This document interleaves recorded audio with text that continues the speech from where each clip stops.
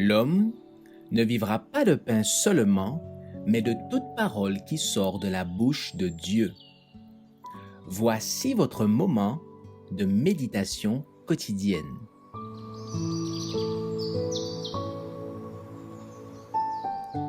Maranatha. Le 16 mai. Ceux qui disent paix. Venez, je vais chercher du vin, et nous boirons des liqueurs fortes. Nous en ferons autant demain, et beaucoup plus encore. Ésaïe 56, verset 12.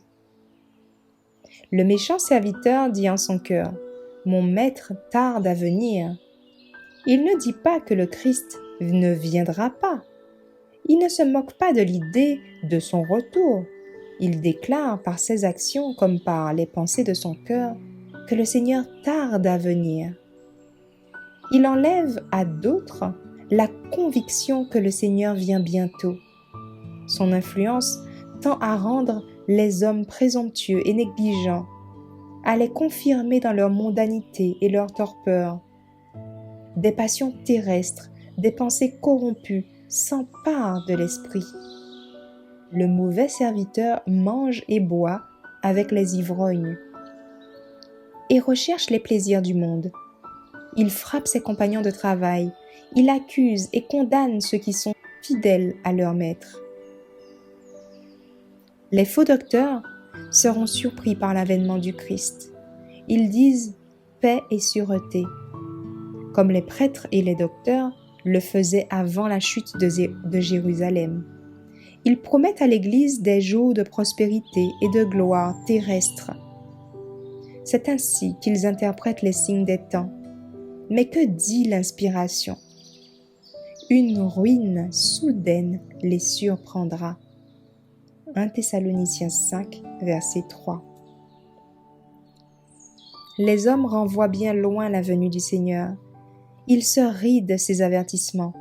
On affirme avec insolence que tout demeure comme depuis le commencement de la création.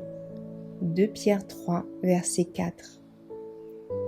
Le jour de demain sera comme celui d'aujourd'hui, même beaucoup plus grand.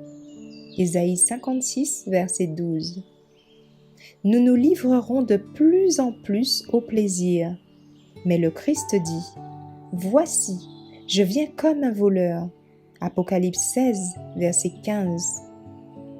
Au moment même où le monde demande avec mépris, où est la promesse de son avènement? Les signes s'accomplissent.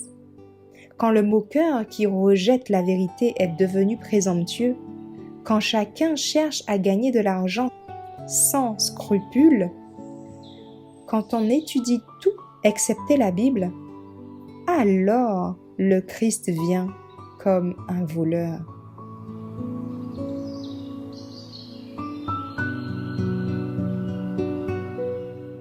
Merci d'avoir écouté cette présentation.